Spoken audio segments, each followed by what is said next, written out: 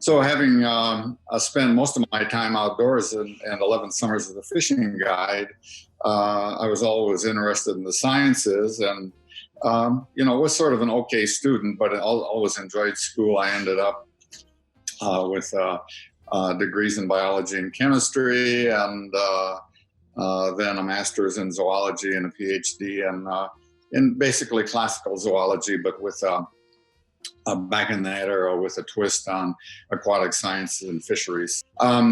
After grad school, research, a little bit of teaching, and I never thought I'd work for a government agency, but I ended up working for the U.S. Forest Service in Michigan, then in Wisconsin, Minnesota, a few years in California, and then 15 years in D.C. So I've had tremendous opportunities. And in the meantime, I worked with the Department of Interior. I spent a year in a congressional fellowship on working in the U.S. Senate. Learned a lot about how that operates. And then after too many years of working for the government, I retired, and here I am. The only thing I do now, besides do a lot of hiking and biking and fishing and hunting, is I run a postdoctoral fellowship program in conservation science research called the David Smith Fellowship. I consider myself probably one of the luckiest people in the world, having had the opportunities that I had, and most of them were totally unplanned. It was there's an old country western song that has the words, life is mostly attitude and timing. And, one of the key lessons is don't close any doors, because you never know where the next one is going to lead, even though you don't know what's behind the door you're opening up. And my career has certainly been that, as someone that grew up 25 miles from a town of 1,500 in a very rural area in northwestern Wisconsin, to having had opportunities to work in the Midwest, in California, in Washington, D.C., a place I never thought I would live, and actually enjoyed all of them and learned tremendously from all of them, and had fun experiences and got to meet a lot of neat people, and leading to the opportunities to, whoever thought a kid from the frozen north would get to fly in Air Force One, Air Force Two, Marine One, and things like that. So you never really know what's going to happen. Climate is one of these interesting, very challenging global macro issues that is difficult for people to get their heads around. If we date back to things like, you need to recycle, or even things like air pollution, it would be a good construct to think about. It was really in the 1960s, and the awareness that we had when Rachel Carson wrote Silent Spring, and people dying from respiratory diseases in places like Los Angeles, and the Cuyahoga River being on fire in Ohio, that brought that issue to the forefront. And in a sense, it's really a climate related issue, although we did not call it that. But it was an issue. Air pollution is something that's easy for people to see. I mean, it's in the air, you can see it right there, although it's complicated. It took a long time for people the Clean Air Act was finally passed in the 1970s. I might point out, in a Republican administration at that, with strong bipartisan support.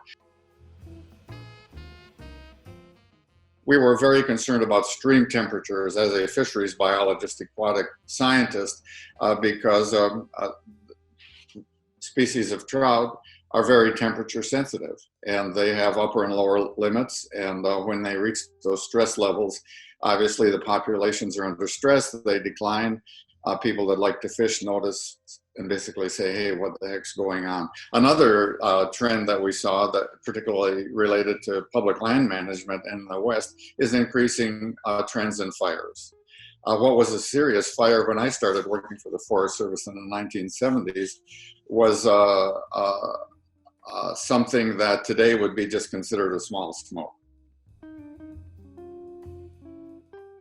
Keep it simple and tell stories. Stay away from conceptual examples or concepts like, biodiversity, ecosystems, whatever I happen to be a biologist, so those are sort of some of the big concepts that we talk about. Instead of talking about concepts, talk about place. Talk about where people live, the creek they live on, the park in their backyard, the changes that might occur, what they've seen over their lifetime. Include their personal experiences in that dialogue, because that will bring a message home versus summarizing some scientific article that you've read or written that is just as germane to the issue, but to try to connect people in a visceral way to the issue is one of the most important things you can do, because I'm one that believes people care. If you can connect it in a way that they feel the issue in a visceral way. Where does that put us today? Lots of distractions, still lots of distractions and lots of confusion out there as the various points of view and economic interests try to, in a sense, I guess, muddy the water. And so the most important thing that people can do of every place is to learn how to communicate an issue in a way that anybody can understand it, and test it out on a fourth grader, test it out on your 90-year-old grandmother, test it out on other people. So we in higher education, particularly, as Aldo Leopold said, we spend most of our education learning more and more about less and less, and we end up learning how to speak to each other as scientists, as professionals, rather than talking to the American public in a way that they can understand it. And by this, I don't mean the need to dumb things down, but identify and discuss issues in ways that are clearly understandable. And you can take a lot of examples from things that are sort of, at the political forefront, and listen carefully to the opposition, because I've always felt in the policy making experience that I've had that you learn as much or more from your opposition or your opponents as you do from your friends, because the opposition will point out the weaknesses in your debate, in your argument, in your approach, and will provide the roadmap for you to how to shore those up. My name is Jacovak, and growing up in Montana, the outdoors has always been one of my favorite places. You'll often find me on long adventures enjoying the fresh air, and I want to continue to do this for my entire life. Endurance calls me to embrace the long road and to stay strong in my movement. After all, the only direction to go is forward.